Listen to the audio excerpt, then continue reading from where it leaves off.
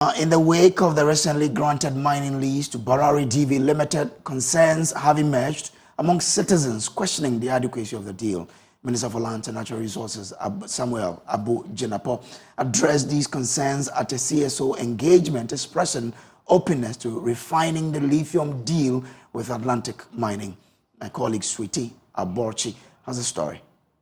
In October this year, government granted a mining lease to Barari DV Limited, a subsidiary of Atlantic Lithium, for the exploitation of lithium in Ghana, with the country to benefit 10% of royalties and own 19% shares in the company. Some citizens have since called for the suspension of the deal on the basis of it not being rewarding enough. In a recent CSO engagement at the Alisa Hotel on Friday, 15th December 2023, Minister for Lands and Natural Resources, Honorable Abu Jinapo, emphasized that government lithium deal with Atlantic Mining beats other countries like Zimbabwe, who are the leading producers of lithium. When it comes to royalties, Australia pays its royalties at 5%. Mali pays its royalty at 6%. The number one producer of lithium in Africa pays its royalty at 5%. The Ghana government is negotiated in spite of our relative small lithium production at 10%. However, he stated that until the lease is presented to Parliament, discussions will persist, and the ministry welcomes proposals and genuine concerns from CSOs and individuals.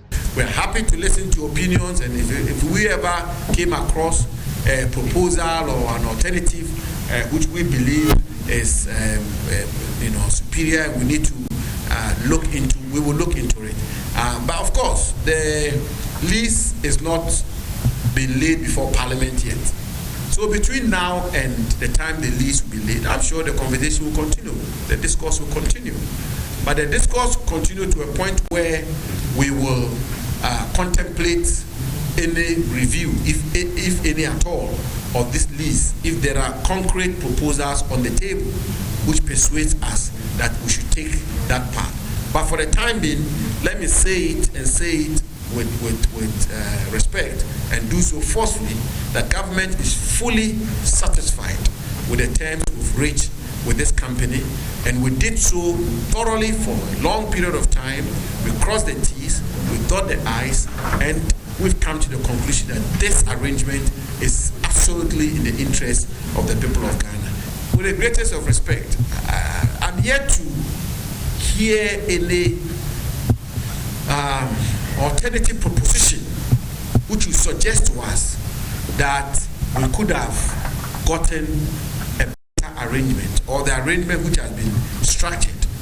While responding to a question on how these proposals will affect the final lease to be laid in Parliament, Mr. Jinapo clarified that any proposals to impact the final lease must be persuasive, highlighting the importance of compelling arguments in shaping the forthcoming parliamentary decision. We want to know whether your recommendations will mean anything to me. Otherwise, why am I here, madam? I'm here because I want us to have a conversation, and out of that we can chat a way forward. So your recommendations, without a shred of doubt, will be of significance to whatever considerations we make.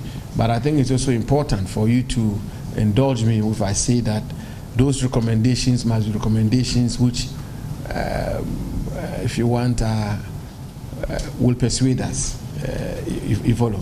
So we will be waiting for those recommendations, and I'll be very eager to receive. And I won't mind you coming over to the office to talk me through them.